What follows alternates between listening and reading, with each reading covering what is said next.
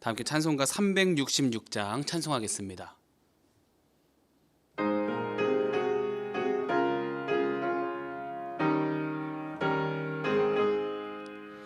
어두운 내 눈 밝히사 진리를 보게 하소서. 진리의 열쇠 내게 주사 참빛을 찾게 하소서.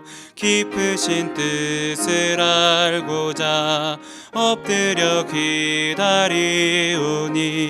내 눈을 뜨게 하소서. 성령이여 막혀진 내 귀 여시사 주님의 귀한 음성을 이 귀로 밝히 들을 때에 내 기쁨 한량 없겠네. 깊으신 뜻을 알고자 엎드려 기다리오니 내 귀를 열어주소서. 성령이여 봉해진 내 입 여시사 복음을 널리 전하고 차가운 내 맘 녹여주사 사랑을 하게 하소서. 깊으신 뜻을 알고자 엎드려 기다리오니 내 입을 열어주소서. 성령이여. 268장 힘차게 박수하면서 찬송하겠습니다. 268장입니다.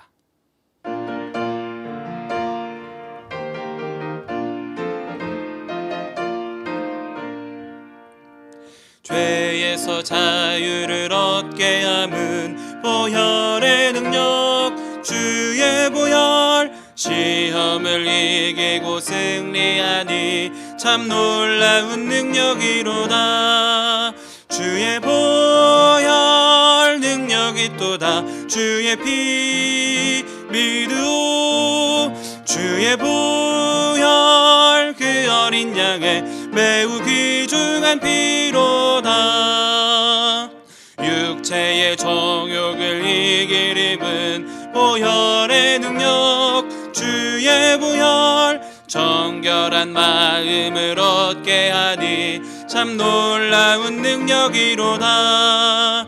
주의 보혈 능력이 또다. 주의 피 믿으오.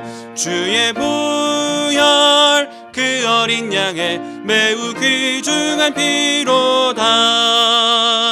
눈보다 더 희게 밝히는 것 보혈의 능력 주의 보혈. 부정한 모든 것 밝히시니 참 놀라운 능력이로다. 주의 보혈 능력이 또다. 주의 피 믿으오.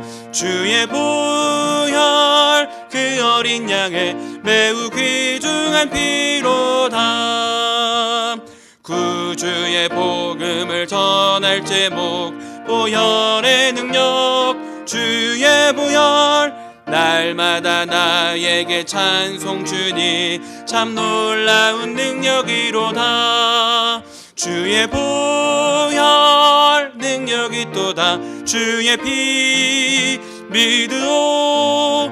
주의 보혈 그 어린 양의 매우 귀중한 피로다.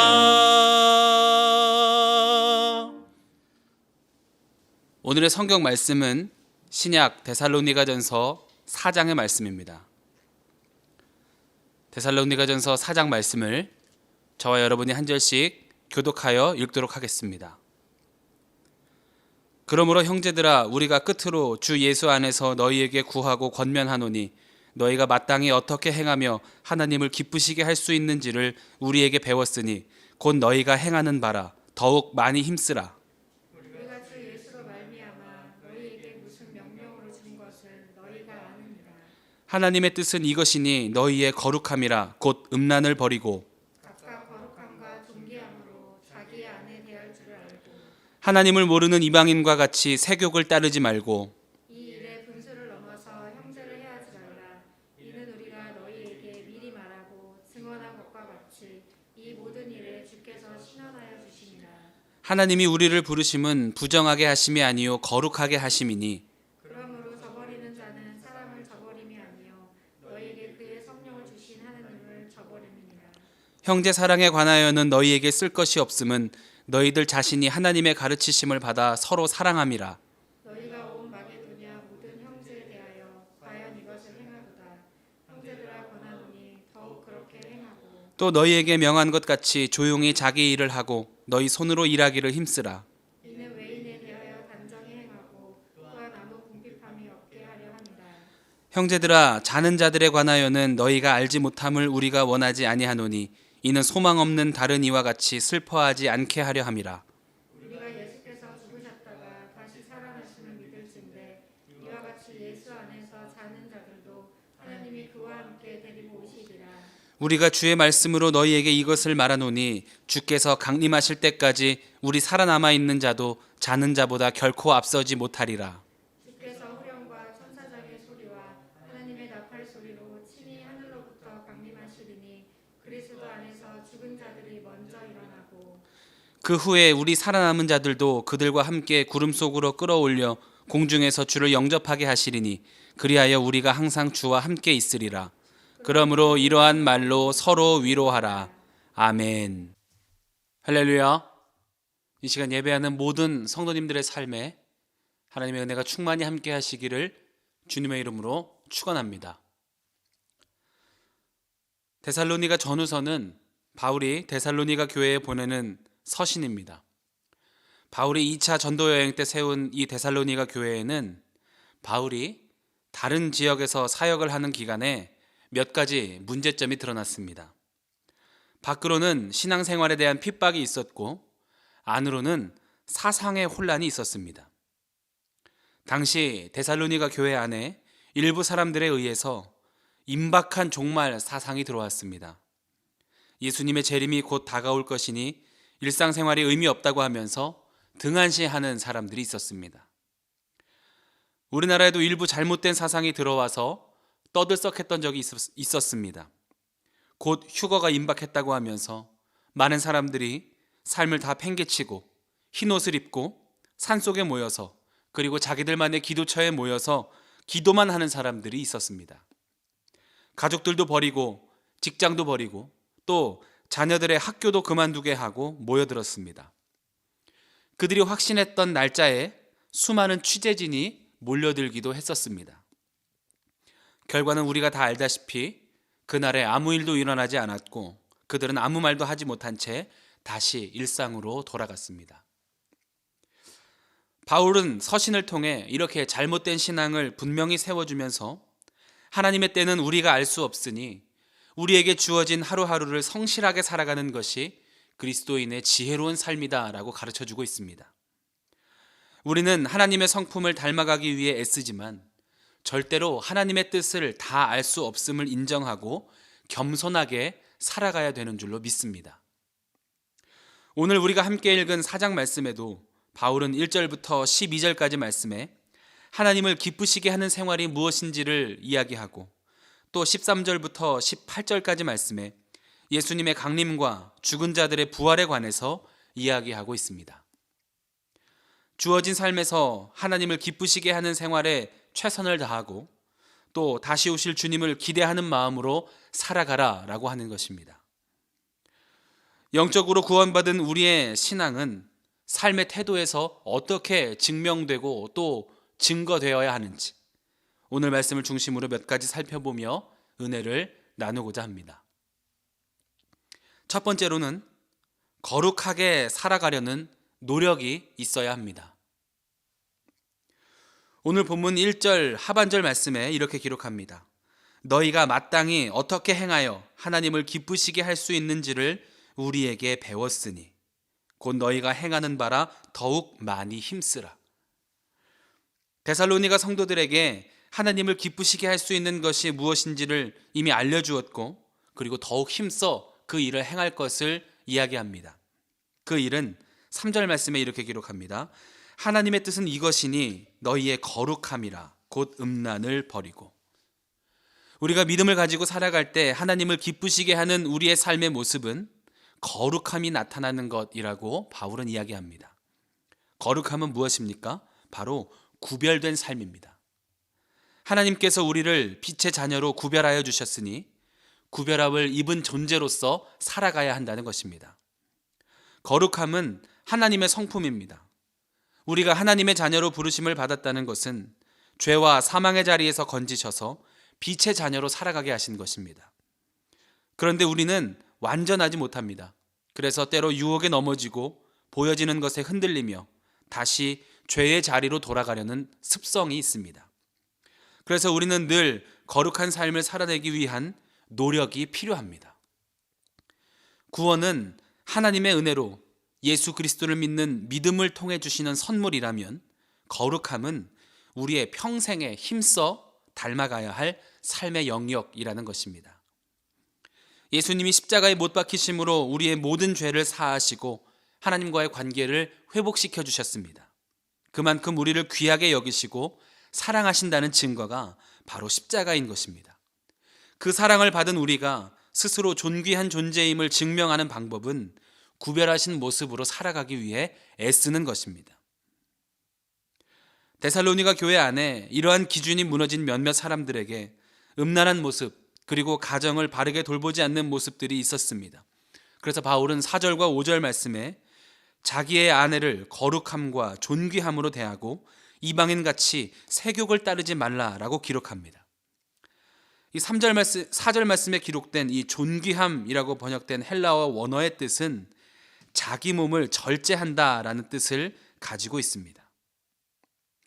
세대가 악하여 죄가 만연하더라도 수많은 사람들이 그러한 일을 익숙하게 여기더라도 그리스도의 존귀함을 입은 우리들은 거룩한 선택 그리고 거룩한 삶을 지켜나가기 위해 자기의 몸과 마음과 생각을 절제하기 위해서 애써야 한다는 것입니다. 그리고 이러한 일에 성실하지 않은 사람들에게 바울은 이렇게 이야기합니다. 8절 말씀입니다. 그러므로 저버리는 자는 사람을 저버림이 아니요 너희에게 그의 성령을 주신 하나님을 저버림이라. 거룩함을 포기하고 구별된 자로 살아가는 노력이 없는 이의 삶은 하나님을 저버린 인생과 같다라고 말합니다.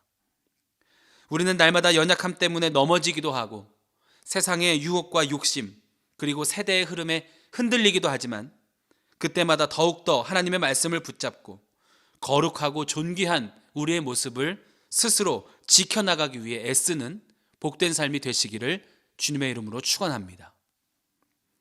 두 번째로는 관계 속에서 인격이 나타나야 합니다. 거룩한 삶을 향해 나아가는 그리스도인의 삶의 모습은 내 스스로 판단하고 만족하는 것이 아니라 사람들과의 관계 속에서 나타나야 합니다. 믿음이 성숙하다는 것은 성경을 아는 지식이나 믿음의 연수나 직분만으로는 판단할 수 없습니다. 성숙한 믿음은 성숙한 인격으로 증거되어야 하는 것입니다. 우리의 영은 육과 연결되어 있습니다. 그렇기 때문에 바른 신앙으로 하나님 앞에 살아가는 사람은 바른 인격으로 사람들 앞에 서게 돼 있는 것입니다. 지난 토요일 교역자 경건회 때 담임 목사님께서 주신 말씀의 일부입니다. 신앙생활하면서 우리가 빠지지 말아야 할 오류가 있습니다. 우리 신앙이 이기적인 모습으로 드러나면 안 됩니다 라고 말씀하셨습니다. 그 말씀에 깊이 공감하고 또 많은 것을 반성하게 되었습니다. 그리스도인으로 살아간다는 것은 누가 봐도 그리스도인이어야 한다는 것입니다.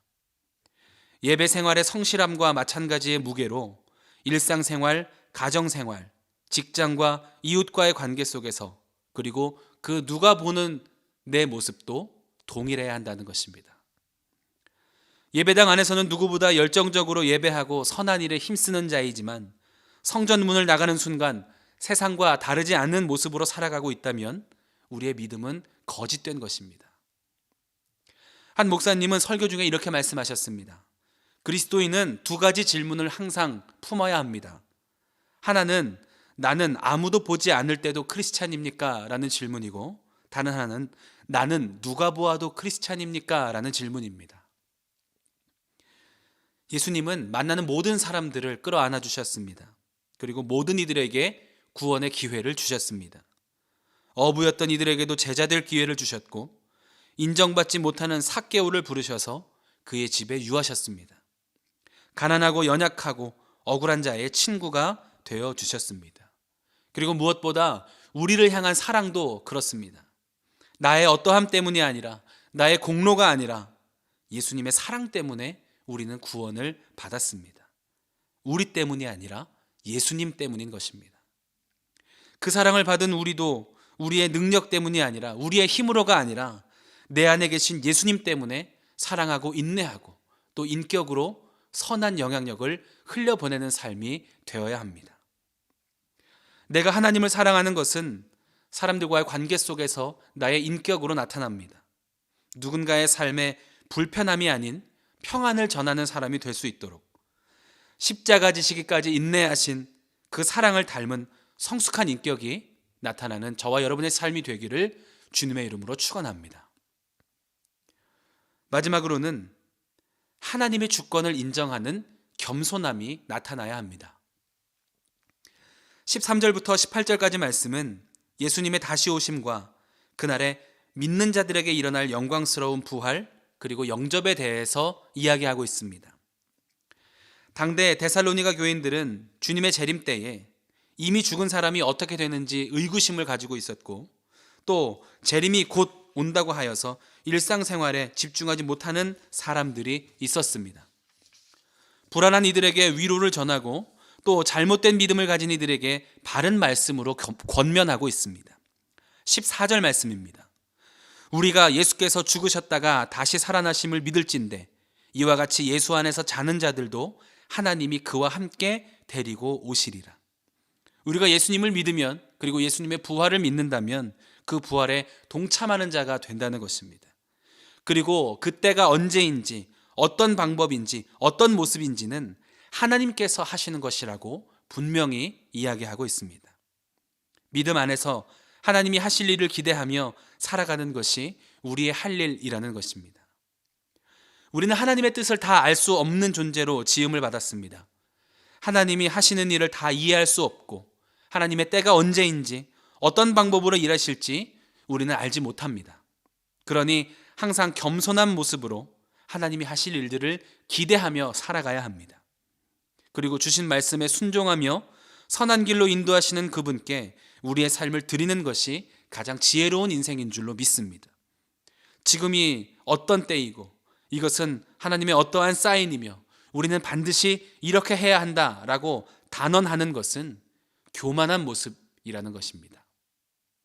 하나님이 이미 우리에게 말씀을 통해 주신 거룩한 삶을 살아가기 위해 하루하루를 성실하게 애쓰며 또 이미 주신 말씀에 순종하며 살아갈 때 그 삶이 가장 복되고 강력한 인생이 되는 것을 기억하시기 바랍니다. 오늘 주신 하루 속에서 하나님이 내게 원하시는 것이 무엇인가, 그리고 그리스도인으로서 할 수 있는 선한 일은 무엇인가를 찾아가고 또 사람들과의 관계 속에서 그리스도의 향기를 전하는 복된 삶이 되시기를 주님의 이름으로 축원합니다. 함께 기도하겠습니다. 사랑과 은혜가 풍성하신 하나님, 생명 주시고 은혜 주셔서 귀한 하루 허락하시고 하루의 첫 시간 예배로 하나님 앞에 나아가게 하시니 감사드립니다. 하나님을 기쁘시게 하는 거룩한 삶을 살게 하시고 사람들과의 관계 속에서 성숙한 인격을 나타내는 삶이 되게 하시고 하나님의 뜻에 겸손히 순종하며 살아가는 복된 삶이 되게 하여 주시옵소서. 귀한 예물 구별하여 드린 손길을 기쁘게 받아주시고 하늘의 크신 은혜로 채워 주시옵소서. 감사드리며 예수님의 이름으로 기도합니다. 아멘. 하늘에 계신 우리 아버지여, 이름이 거룩히 여김을 받으시오며 나라가 임하시오며 뜻이 하늘에서 이루어진 것 같이 땅에서도 이루어지이다. 오늘 우리에게 일용할 양식을 주시옵고 우리가 우리에게 죄 지은 자를 사하여 준 것 같이 우리 죄를 사하여 주시옵고 우리를 시험에 들게 하지 마시옵고 다만 악에서 구하시옵소서. 나라와 권세와 영광이 아버지께 영원히 있사옵나이다. 아멘. 이 시간 우리가 합심하여 공동의 기도의 제목을 가지고 함께 기도하겠습니다. 먼저 오늘 주신 말씀 붙잡고 말씀에 의지하여 기도하겠습니다. 나라와 민족을 위해서 기도하실 때 코로나의 확산이 멈추어지게 하여 주시고 회복의 은혜를 허락하여 주시옵소서. 기도하겠습니다. 교회를 위해서 기도하실 때 세워주신 담임 목사님을 위해서 기도해 주시고 속히 회복되어서 모든 성도가 성전에 모여서 예배드릴 수 있는 그날을 허락하여 주시옵소서. 함께 기도하겠습니다. 또 우리 가정과 자녀들을 위해서 기도해 주시고 중보하며 기도하실 때 병환 중에 있는 환우들과 어려움 겪고 있는 이웃들과 또 성도들을 위해서 중보하며 기도하겠습니다. 함께 기도하겠습니다.